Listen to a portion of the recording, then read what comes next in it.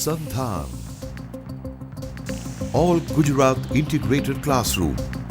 સેટેલાઇટના માધ્યમથી જોડતી કડી એટલે સંધાન.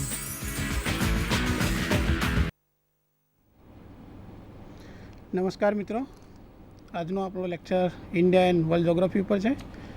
યુપીએસસીમાં પ્રિલિમ અને મેન્સમાં જોગ્રાફીના પોર્શનનું ઘણું મહત્ત્વ છે. એમાં જે પ્રિલિમમાં સી સેક્શન છે, ફર્સ્ટ પેપરનો સી સેક્શન એ ઇન્ડિયા એન્ડ વર્લ્ડ જોગ્રાફી ઉપર છે. આની સાથે સાથે ઈ અને એફ એમાં પણ ઇકોનોમિક એન્ડ સોશિયલ ડેવલપમેન્ટ તેમજ general issues on environment, ecology, biodiversity and climate change ઉપર છે. આ ત્રણેય ટૉપિક એકબીજાથી કનેક્ટેડ છે.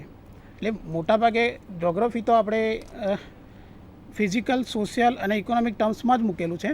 તેમ છતાં ઇકોનોમિક, સોશિયલ ડેવલપમેન્ટ અને જનરલ ઇસ્યુઝ ઓન એન્વાયરમેન્ટ એ પણ આ જોગ્રાફીનો એક પાર્ટ છે. એટલે પહેલાં તો આપણે ઇન્ડિયા એન્ડ વર્લ્ડ જોગ્રાફી ઉપર ડિસ્કશન કરી લઈશું. તેમાં ફર્સ્ટ તો ફિઝિકલ જોગ્રાફી આવે, સોશિયલ જોગ્રાફી આવે, ઇકોનોમિક જોગ્રાફી આવે. ફિઝિકલ જોગ્રાફી, સોશિયલ જોગ્રાફી અને ઇકોનોમિક જોગ્રાફી આ બધા ટૉપિક કઈ ચોપડીમાંથી વાંચવા, કઈ મેગેઝિનોમાંથી વાંચવા અને કેવી રીતે તૈયારી કરવી તેના વિશે આપણે ડિસ્કશન કરીશું. સૌથી પ્રથમ આપણે એનસીઈઆરટીની બુક્સને વાંચતા હોઈએ છીએ. યુપીએસસીની એક્ઝામ માટે સૌથી બેઝિક લેવલ અને પ્રિલિમિનરી લેવલ એનસીઈઆરટીનું છે.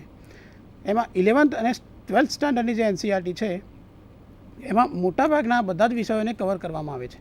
એમાં જે જોગ્રાફી ઉપર જે છે ટૉપિક એમાં 2 પાર્ટ છે, જેમાં 11માં છે 11thમાં એમાં પ્રિન્સિપલ્સ ઓફ જોગ્રાફી છે. આ પ્રિન્સિપલ્સ ઓફ જોગ્રાફીમાં ફિઝિકલ જોગ્રાફીનો પોર્શન છે, ક્લાઇમેટોલોજીનો પણ પોર્શન છે અને એની સાથે સાથે ઓશનોગ્રાફી પણ સરસ રીતે ડિસ્કસ કરેલું છે. આ ફિઝિકલ જોગ્રાફીમાં તમને અલગ અલગ ટૉપિક ઉપર ડિસ્કશન કરવાનું થાય અને એ વાંચવા પડે તમારે. જેમાં છે જોગ્રાફિકલ સ્ટ્રક્ચર એન્ડ ફિઝિયોગ્રાફી.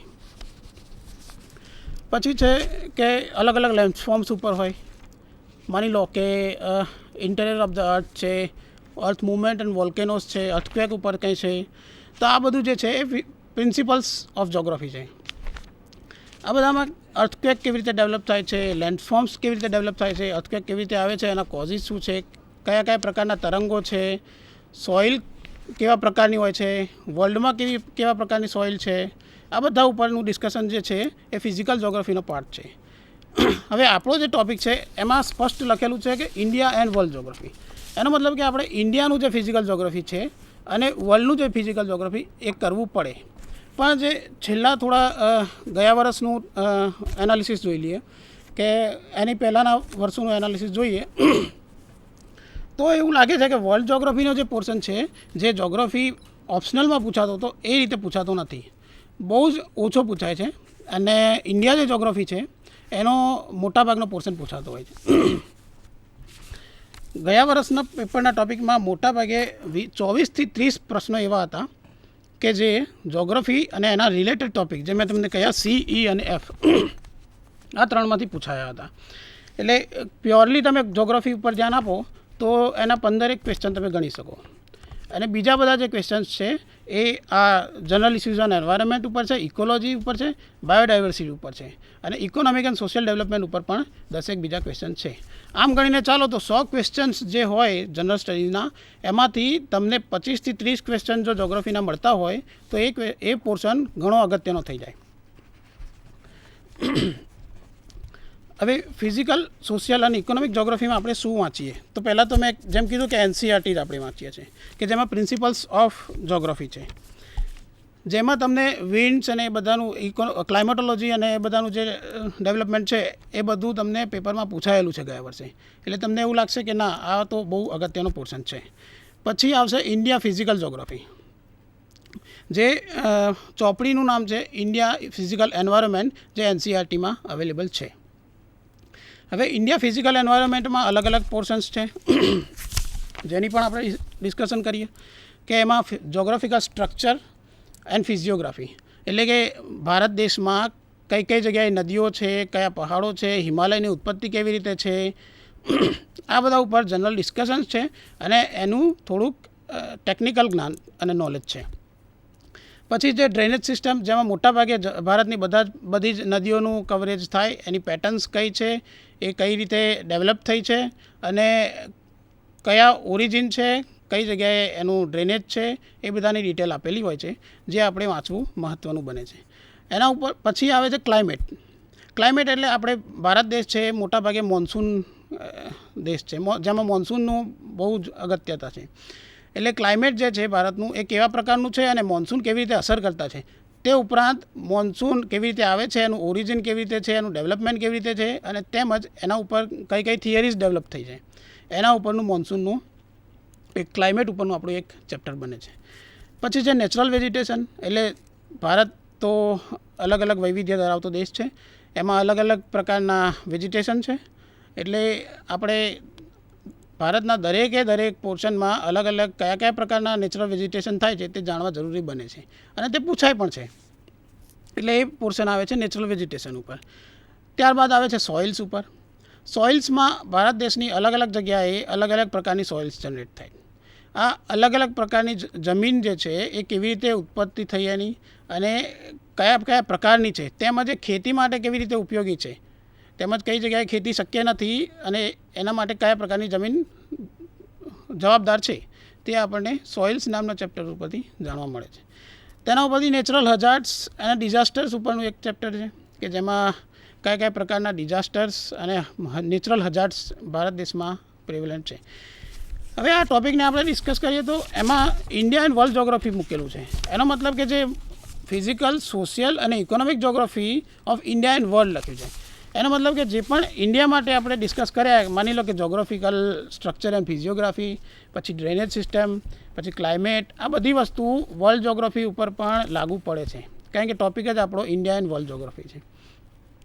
એટલે આપણે ટૉપિકની અને સિલેબસની દ્રષ્ટિએ જોઈએ તો આપણે વર્લ્ડનું પણ આપણે જોગ્રાફિકલ સ્ટ્રક્ચર આપણે વાંચવું પડે, એની ડિટેલ્સ જાણવી પડે, ડ્રેનેજ પેટર્નની ડિટેલ્સ જાણવી પડે, ક્લાઇમેટની ડિટેલ્સ જાણવી પડે. આ બધું જ આપણે વર્લ્ડનું પણ તૈયાર કરવું પડે. હવે આ જે વર્લ્ડનો જે ટૉપિક છે એ પૂછાય છે ઓછો, પણ સિલેબસમાં છે એટલે આપણે તૈયાર તો કરવું પડે. આ બધા ટૉપિક હવે તમને જે ફિઝિકલ જોગ્રાફી ફોર ઇન્ડિયા કીધું એ તો આપણે NCERTsમાંથી મળી જાય. હવે વર્લ્ડને કેવી રીતે સિમ્પલી તૈયાર કરવું, તો એના માટે આપણે મેપિંગ્સ છે. હવે મેપ જે છે એ જોગ્રાફીના પોર્શન માટે ઘણો અગત્યનો બની જાય છે. ગયા વર્ષના ટ્રેન્ડમાં એવું જોવા મળ્યું છે કે પેપરમાં જ હતું, એક ક્વેશ્ચન એવો હતો કે જે અલગ અલગ રાજ્યો ઉપર હતો અને એ મેપ જોયા પછી જ તમને આવડે એવો ક્વેશ્ચન હતો. અને એવા ઘણા ક્વેશ્ચન પૂછાય છે. પહેલાં તો જોગ્રાફીના જે ઓપ્શનલ પેપરમાં અલગ અલગ કન્ટ્રીઝના મેપ પણ મૂકી દેતા હતા અને એ બધા મેપિંગ કેવી રીતે કરવું એનાથી જ આવડી શકતા હતા. એટલે આપણે મેપિંગ પણ તૈયાર કરવું પડે. મેપિંગમાં આપણે કયા મેપ યુઝ કરીશું, તો એમાં ફર્સ્ટ તો ઓક્સફોર્ડનો જે મેપ છે એ ઘણો સારો છે. પછી TTKનો મેપ આવે છે, એ પણ ઘણો સારો છે. ઓરિયન્ટ લોંગમેનનો એક મેપ આવે છે, એ પણ ઘણું સારું છે.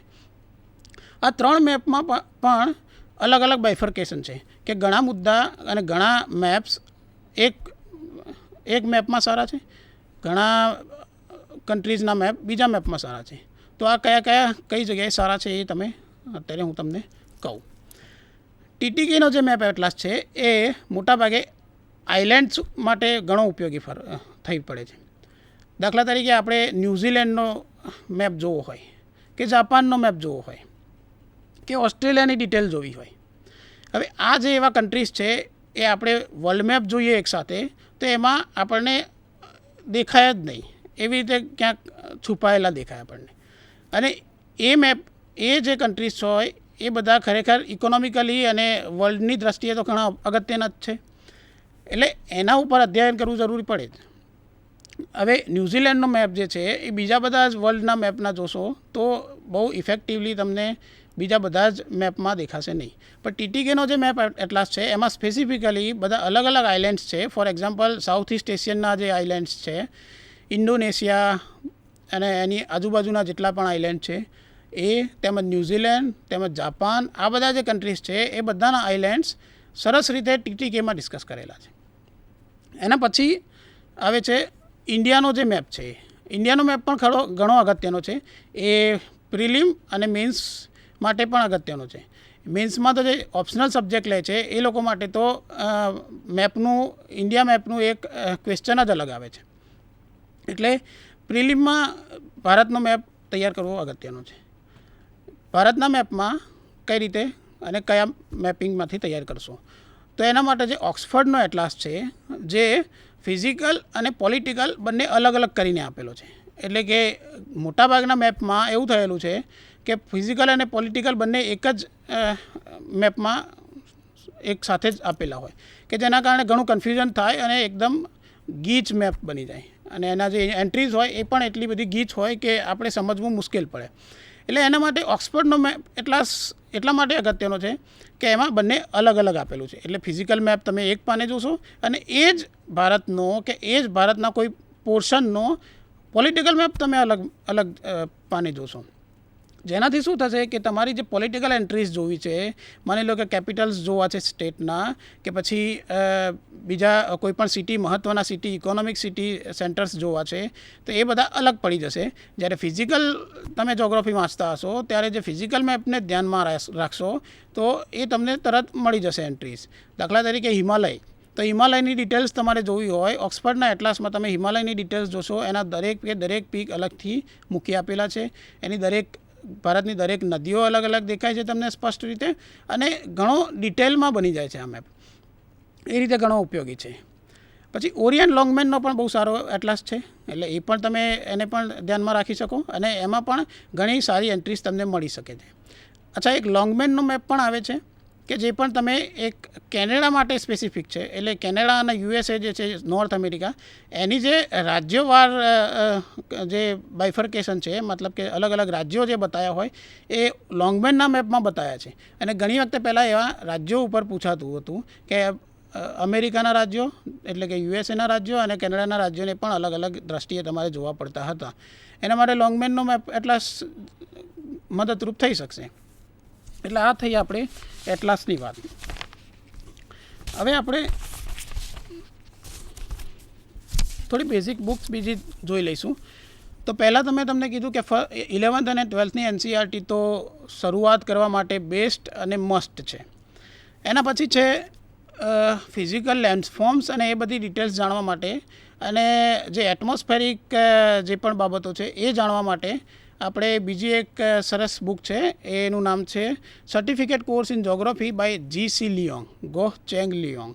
આ જે G.C. લિયોંગની બુક છે એ પણ એક જોગ્રાફી માટે એકદમ બેઝિક બુક છે અને એમાં એટલી બધી ફેક્ચ્યુઅલ ડિટેલ અને એટલી બધી દરેક સેન્ટેન્સ ઉપર તમને કંઈક ને કંઈક નવું જાણવા મળશે તે આ બુકમાં બહુ સરસ રીતે વર્ણવ્યું છે. ત્યારબાદ છે ફિઝિકલ જોગ્રાફી બાય R.B. બનેટ.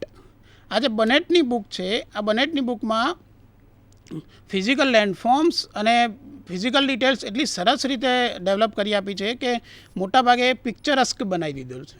એટલે એનાથી શું થશે કે તમારે વાંચવું ઓછું પડશે અને દેખાવાનું અને પિક્ચર્સ જોવાનું વધારે મજા આવશે અને એના કારણે તમને યાદ પણ જલ્દી રહેશે. એટલે આ એક બુક પણ સારી છે. ત્યારબાદ છે ફિઝિકલ જોગ્રાફી બાય સવિન્દ્ર સિંહ.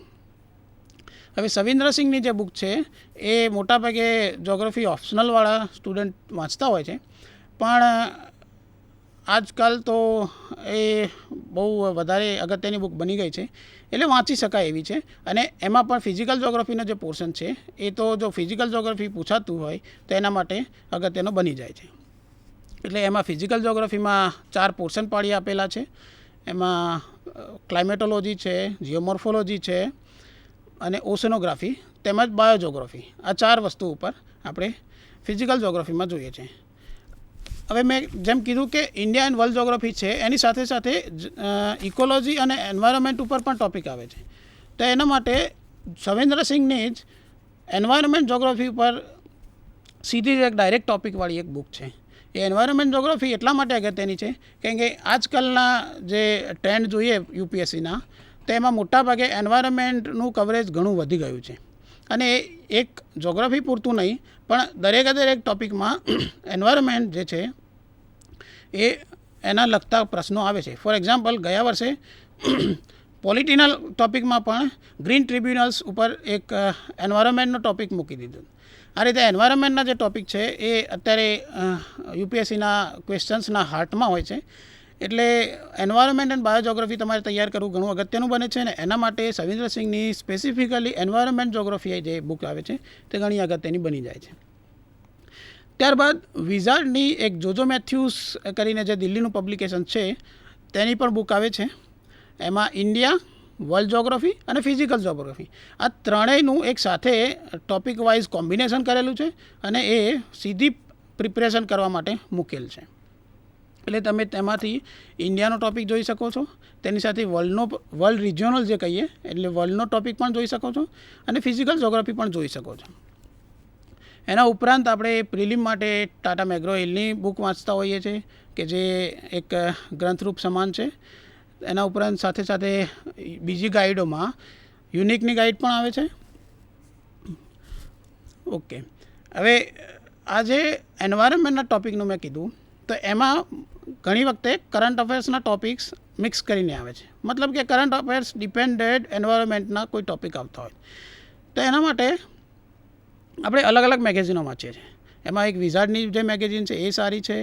પછી એના બીજી ક્રોનિકલની જે મેગેઝિન આવે છે એમાં પણ જે એન્વાયરમેન્ટના ઇસ્યુઝ ડિસ્કસ કરેલા હોય છે તે ઉપયોગી થઈ શકતા હોય છે. ત્યારબાદ ઇન્ડિયા યરબુક જે આવે છે ભારત સરકારનું પ્રકાશન તે પણ ઘણી અગત્યની છે. તેમાં અલગ અલગ ટોપિક્સનું બાયફર્કેશન કરેલું છે. એમાં કૃષિ વિભાગ ઉપર હોય કે જોગ્રાફી ઉપર હોય કે ભારત દેશ ઉપર હોય આ બધા જ અલગ અલગ ટોપિકનું ડિસ્કશન કરેલું છે.